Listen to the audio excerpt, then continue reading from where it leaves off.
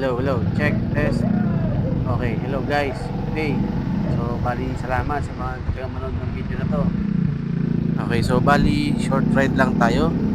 Tapos habang pinag-uusapan natin tungkol sa motor na to, TBS XL100.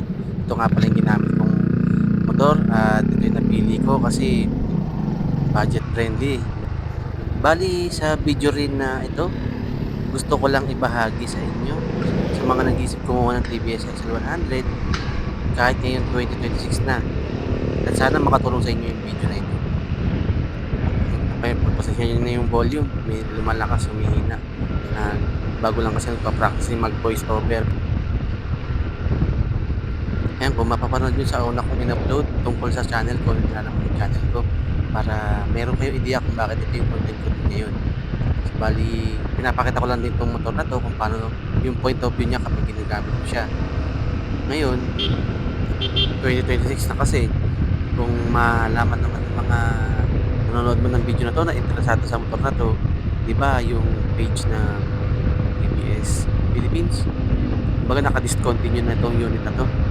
Kumbaga yung supplies o yung sa manufacturing or distribution ng mga unit na meron ng TBS na makikita sa Pilipinas na lang ay yung mga scooter kagaya no TBS DAS.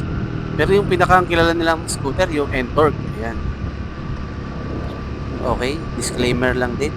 So, inabot sa akin ng almost 1 year din bago gamitin ko na yung motor na to para sa mga darating ko pang content. Kaya naman after ko ma-break in yung unit ko, tsaka ako masabi na hindi basta-basta lang iniisip itong content ko na to ngayon. Kung mga disclaimer akala mo first owner. Bali, second owner ako na ito. Pero nung makuha ko to, 700 kilometers ko lang siya yung odo niya nung nabili ko sa unang may-ari. 2022 itong model na to. Tapos nabili ko ng May 2025. Para ma-proper monitoring ko din yung ticket. Ito, nung ako na nakabili, at piling ko naman maayos pagkakatapos ko yung break-in niya. Ayun, nalipat ko na rin sa pangalan ko kasi to. Itong motor na to.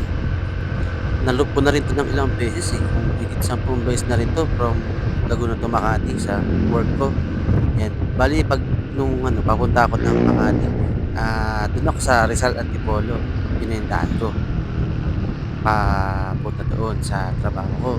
So, kapag naman ako galing sa trabaho, Makati to Laguna, ang dinadaanan ko naman yung service road, yung papunta sa Merville kanan, tapos ang labas mo ay sa Alabang sa Pote Road na yun.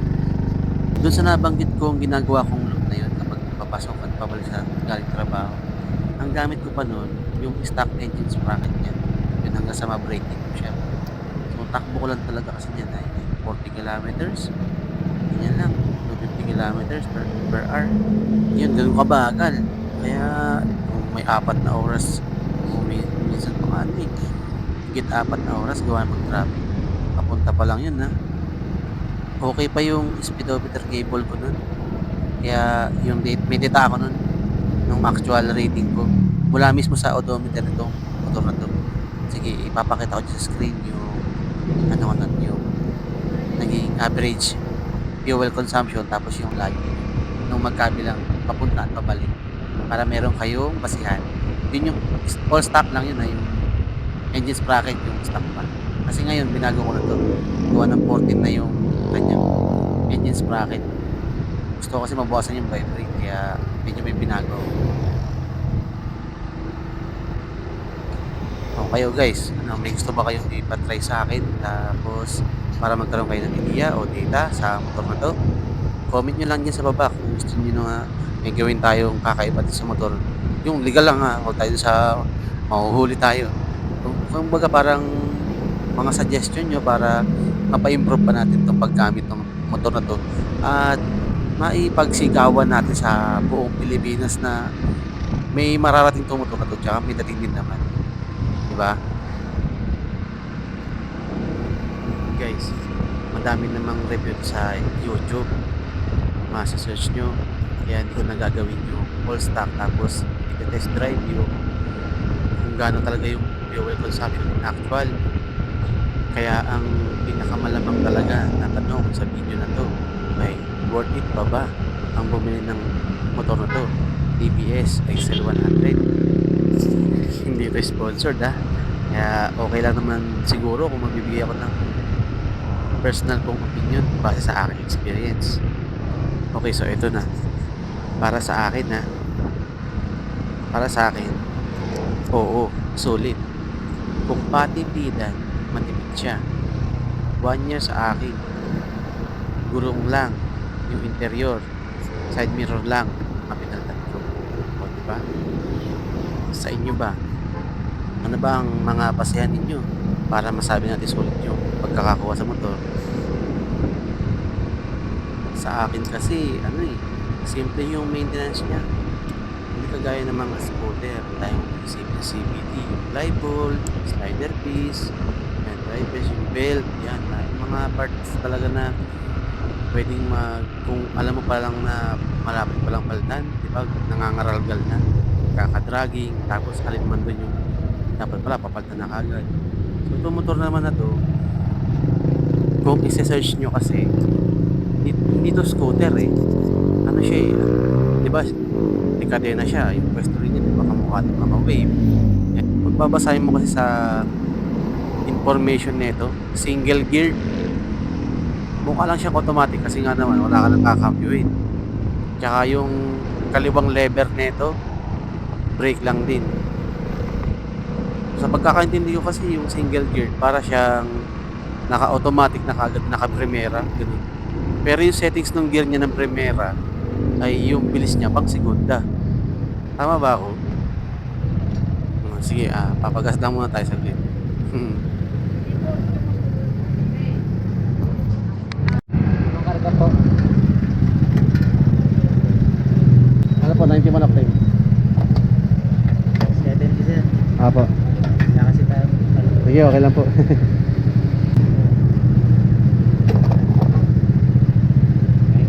Sige, thank you po.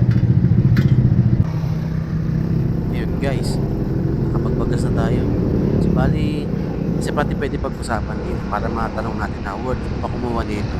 Di ba kasi nga naman pag magme-maintain ka, may mga wear and tear. Ayun. So para isang taon na sa akin so na may-ari, 2022 model 2 Tapos ngayon, video na to, 2026. So lumalabas 3 taon na sa unang may-ari, tapos 1 taon sa akin. So 4 na taon na siya.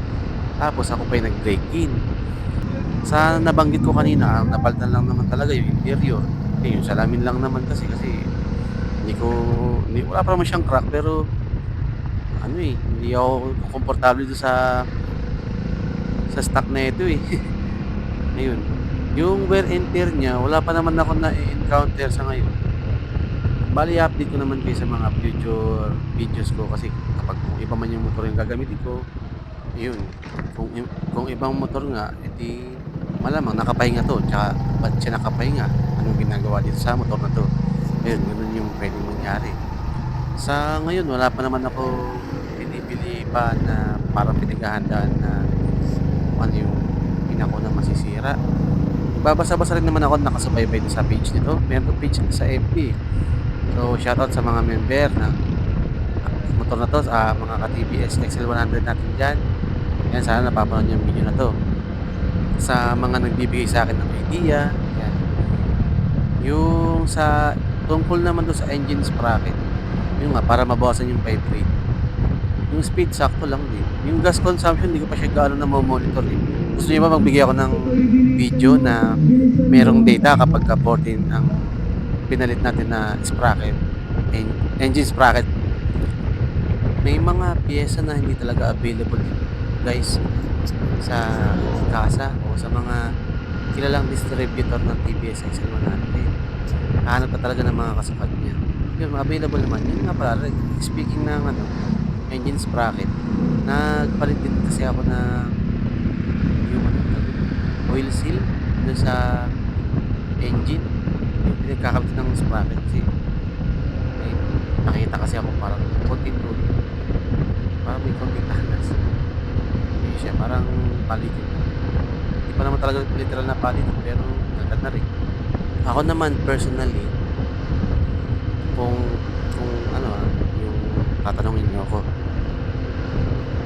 Hindi naman porket nakuha ko 'tong motor na 'to, eh, kaya parang todo sabi ako ng mga good side niya 'no. So personally, gusto ko rin alamin din at patunayan mismo ng ako sa sarili ko kung gaano ba katotoo yung mga comment ng karamihan na madalas wala naman sila yung ganitong motor pero nagsasabi ng mga gano'n piyesa, tapos ang hirap hanapan ng kasukat, mga gano'n. Pero may makikita ka rin kasi na mga taong hindi sinusukuan 'tong motor na 'to. May mga nakita pa nga akong nagpo-post na ano, eh, yung bumigay yung makina talaga, pinalitan ng pang-wave. Ang galing nga, eh, 'di ba? So, sa journey ko sa motor naman na 'to, 'yan, kung susubaybayan niyo ako, itong motor na 'to hindi ko 'to susukuan. Yung mga part na yung sinasabi nilang ang hirap daw hanapan, eh, kung 'wag naman sanang ibibigay kaagad sa'kin yung problema, pero kung susubukin ng pagkakataon, eh, hahanapan natin ng paraan. Ta's gagawan pa natin ng video para may ideya din kayo na kung yun yung masisira, para hindi na kayo bibili ng kung ano-ano o baka magkamali ng sukat o baka may yung tipong makakagawa tayo ng paraan para yung ipapalit natin sa wear and tear niya ay kung hindi man plug and play, ay halos kakaunti na lang talaga yung gagawin mo para ma-adjust. No, okay ba yun? Yung sa ano naman, negative, siguro kung may negative man akong masasabi sa motor na 'to, sa XL100, yung hindi siya para sa mga tao o motorista ang hinahanap o kailangan, yung bilis ng takbo o yung mismong ayaw sa classic looks or retro looks, kagaya nito. Kasi kapag ang gusto mo talaga yung mga kagaya ng beat, click, yung tawag dun, aggressive, edgy, yung ganun, parang may ma-edgy siya, kanto-kanto, ganun. Stylish na modern, ganun.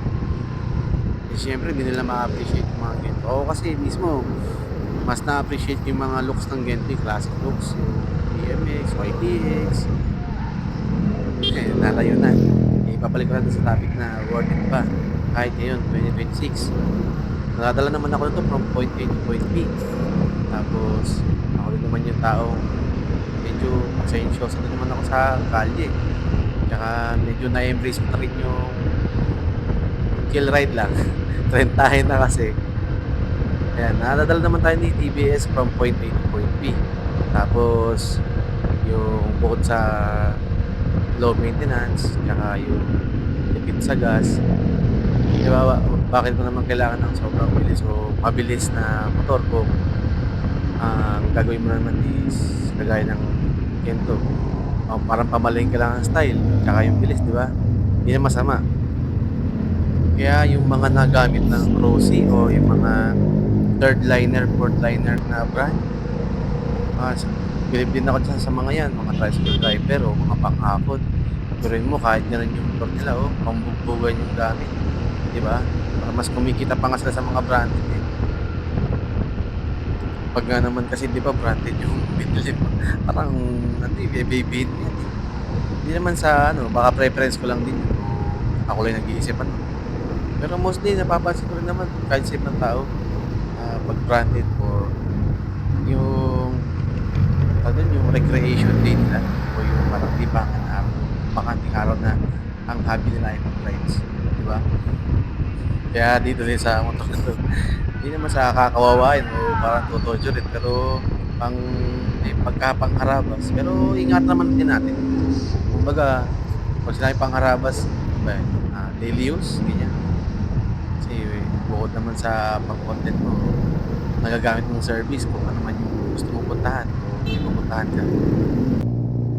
Yun, para naman sa iba pang related dito na gagamitin ko 'tong motor na 'to, siguro hindi muna ako lalayo ng lugar sa fishing spot o kung maisipan ko mang mag-camping kapag may mahaba akong panahon para magawa. Siguro uunahin ko muna yung mga malalapit na lugar na alam kong puwedeng mag-fishing.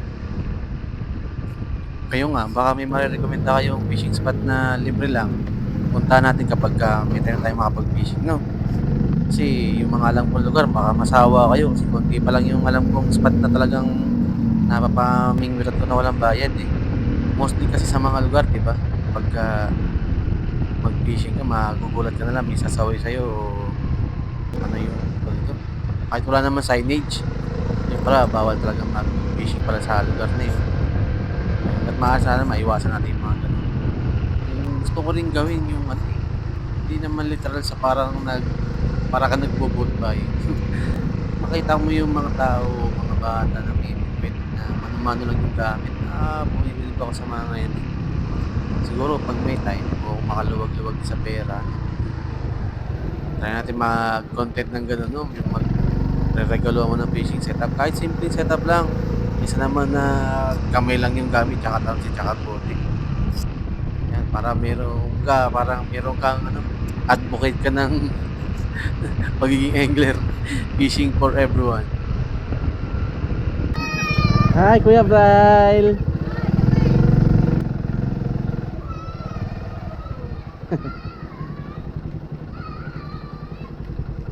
Next episode ulit tayo ha. Salamat sa panonood. Ayun. Guys, kain. Ano, liyan po silog.